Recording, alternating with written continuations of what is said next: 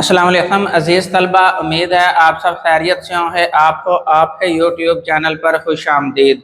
आज से इस वीडियो लेक्चर के अंदर हम एक नया चैप्टर शुरू करेंगे जिसका नाम है कोऑर्डिनेशन। कोऑर्डिनेशन से मुराद मवासलाती निज़ाम, जिस्म है मुख्तलिफ हिस्सों के दरमियान में राबता पैदा करने वाला निज़ाम, और इस अमल को हम बोलते हैं कोऑर्डिनेशन। जानदार दो तरह के पाए जाते हैं। Number 1, unicellular organism. हम जानदारों को डिवाइड करते हैं on the basis of cellular organisation. तो नंबर 1 है यूनिसेलुलर ऑर्गेनिज्म। वो जानदार जिनका जिस्म एक ही सेल पर मुश्तमिल होता है उन्हें हम यूनिसेलुलर ऑर्गेनिज्म का दर्जा देते हैं। इनका जिस्म पूरा ही एक सेल पर मुश्तमिल है तो इसके दरमियान में राबते की कोई ज़रूरत नहीं, क्योंकि इसके जिस्म में होने वाली तमाम एक्टिविटीज़ एक ही सेल में होनी है, तो यहाँ पर मवासलाती निज़ाम की कोई ज़रूरत नहीं है।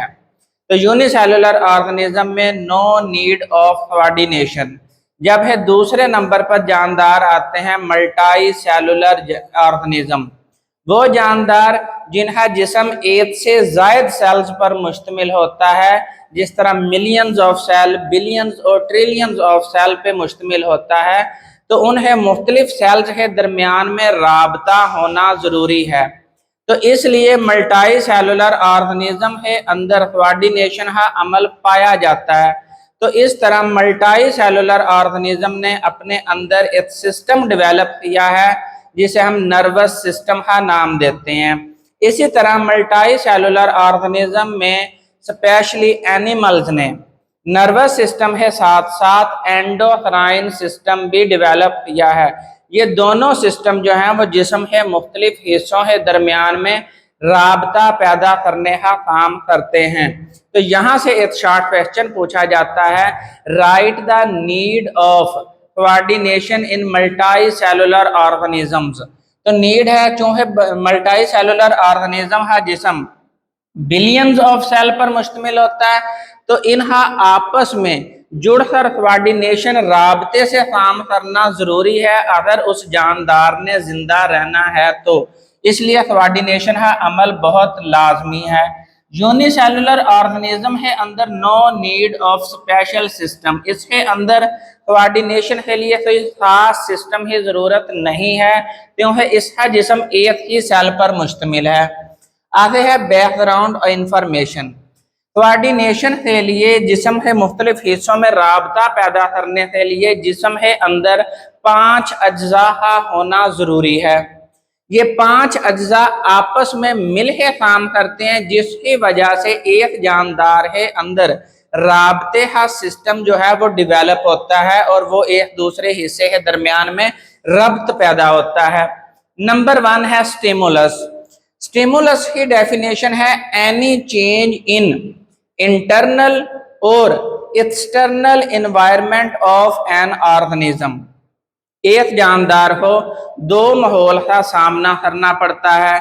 एक वो माहौल जो जानदार से बाहर पाया जाता है और एक वो माहौल जो जानदार है जिस्म है अंदर पाया जाता है।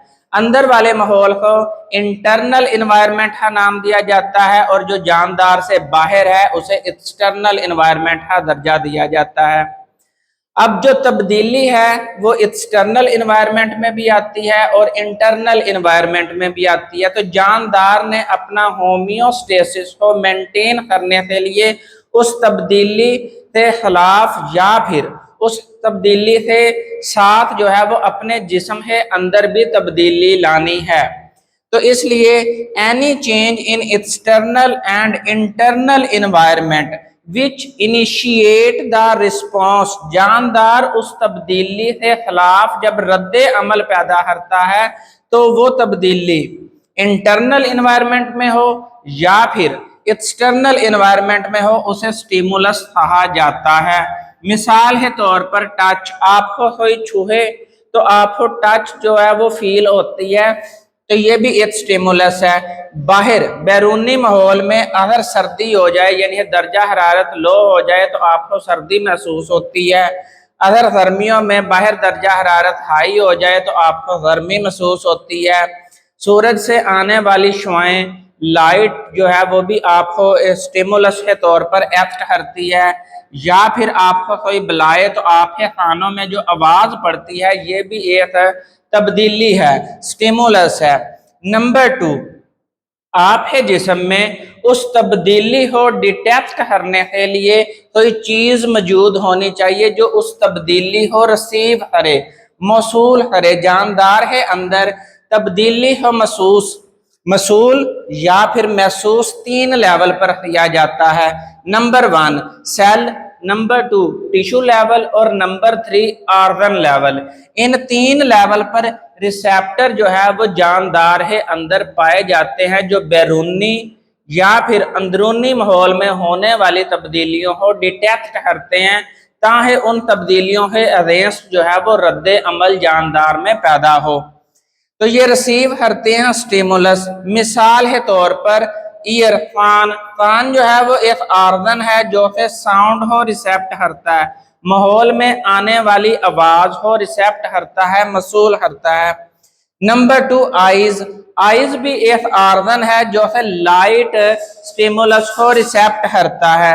इसी तरह आईज के अंदर 2 तरह के सेल्स पाए जाते हैं, रॉड्स एंड कोन्स। ये लाइट को डिटेक्ट करने के लिए इस्तेमाल होते हैं, तो ये सेल लेवल पर मिसाल है। इसी तरह मसल्स है अंदर मसल स्पिंडल्स पाए जाते हैं, जो इन मसल्स ही जो लेंथ है, लंबाई है, उसे शॉर्ट भी करते हैं और उसे दोबारा एक्सटेंड भी करते हैं। यानी कंट्रैक्शन और रिलैक्सेशन ऑफ मसल स्पिंडल में ये मसल स्पिंडल जो है ये टिश्यू है, तो ये तब्दीली टिश्यू लेवल पे डिटेक्ट होती है, सेल लेवल पर और ऑर्गन लेवल पर।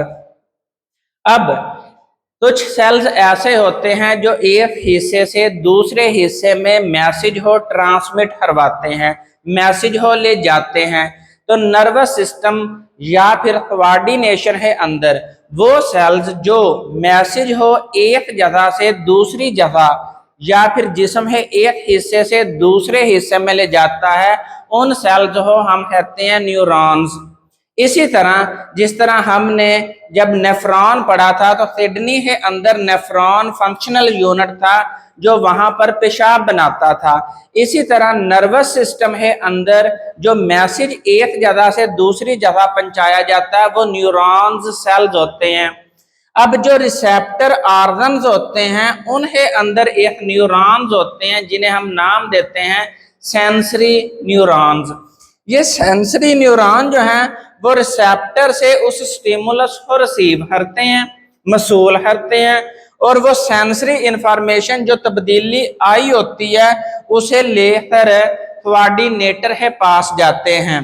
तो सेंसरी न्यूरॉन्स जो हैं वो रिसेप्टर्स में मौजूद होते हैं और ये सेंसरी इंफॉर्मेशन को रिसेप्ट करते हैं। इसके बाद नंबर 3 है कोऑर्डिनेटर। कोऑर्डिनेटर का मतलब ये है कि जो इंफॉर्मेशन आई होती है रिसेप्टर से उसे इंटरप्रेट करना, उसकी वजाहत करना, उसको जांचना।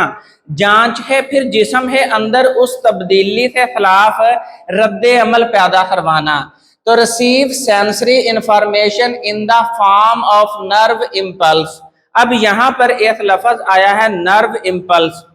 जानदार जब एक हिस्से से दूसरे हिस्से में मैसेज को पहुंचाता है तो वो message in the form of nerve impulse जाता है।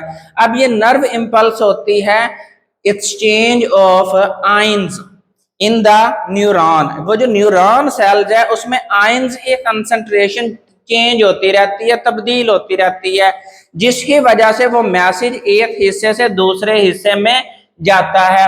अब कोऑर्डिनेशन जो है वो 2 तरह की पाई जाती है जानवर में, एनिमल्स में। नंबर 1 नर्वस सिस्टम और नंबर 2 है एंडोक्राइन सिस्टम।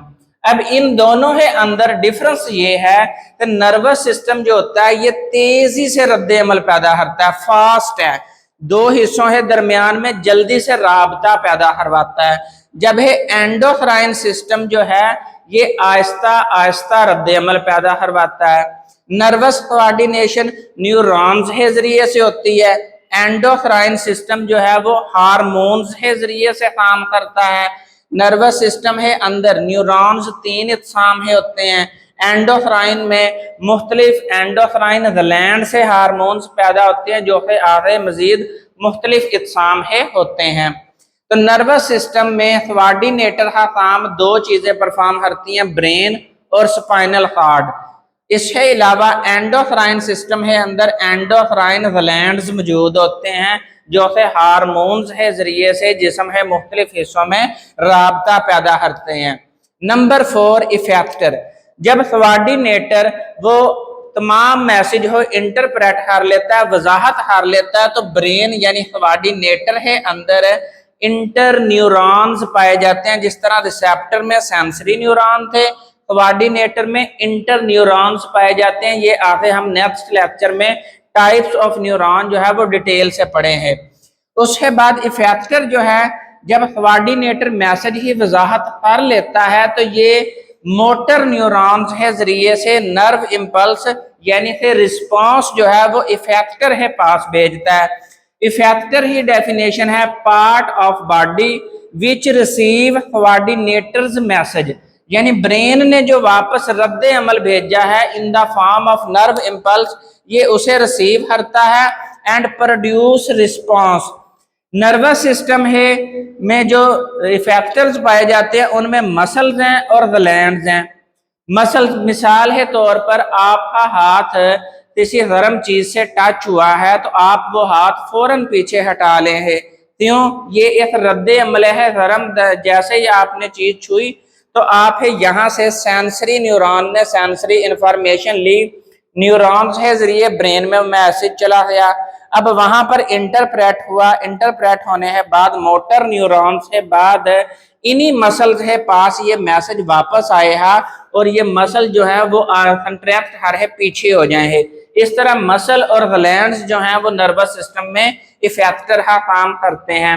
एंडोक्राइन सिस्टम है, अंदर मुख्तलिफ टिश्यूज हैं जो बाद में हार्मोन्स पैदा करते हैं, तो मुख्तलिफ टिश्यूज जो हैं वो इफेक्टर का काम करते हैं। तो ये दोनों जो है वो पेपर है पॉइंट ऑफ व्यू से एमसीक्यूज के तौर पर पूछे जाते हैं कि मसल जो है वो नर्वस सिस्टम है इफेक्टर है या फिर एंडोक्राइन। नंबर 5 पे है response. Action performed by effector on receiving message from coordinator. जब कोऑर्डिनेटर से मैसेज आ जाता है, ब्रेन से मैसेज आ जाता है, इफेक्टर जो रद्द अमल, वो अमल जो उस तब्दीली के खिलाफ हो वो पैदा हो जाए तो उसे रिस्पांस कहते हैं। मिसाल के तौर पर pulling our hands away from something very hot. तो इस सारी बहस के नतीजे में अब हम डेफिनेशन करें हैं कोऑर्डिनेशन ही मवासलाती निज़ाम ही जिस्म है अंदर मुख्तलिफ हिस्सों के दरमियान में राबता पैदा करना। तो कोऑर्डिनेशन की डेफिनेशन है integration among part of the body, जिस्म है मुख्तलिफ हिस्सों का आपस में इंटीग्रेट हो जाना, जुड़ जाना, and their response to stimuli, और रद्द अमल पैदा करना उस तब्दीली के खिलाफ, to keep harmony with environment, ताकि वो जानदार जो है वो माहौल के साथ राबते में आ जाए और वो उस माहौल में सरवाइव कर जाए। तो इसी तरह एनिमल्स है अंदर दो सिस्टम पाए जाते हैं कोऑर्डिनेशन के लिहाज से। नंबर 1 है नर्वस सिस्टम एंड नंबर 2 है एंडोक्राइन सिस्टम। तो मैं साइड पर हो रहा हूँ, यहाँ पर लेक्चर कंप्लीट होता है, इसका स्क्रीनशॉट ले लें। नेक्स्ट वीडियो में हम नेक्स्ट लेक्चर के साथ हाजिर होंगे। उतनी देर दुआओं में याद रखें। फी अमानिल्लाह।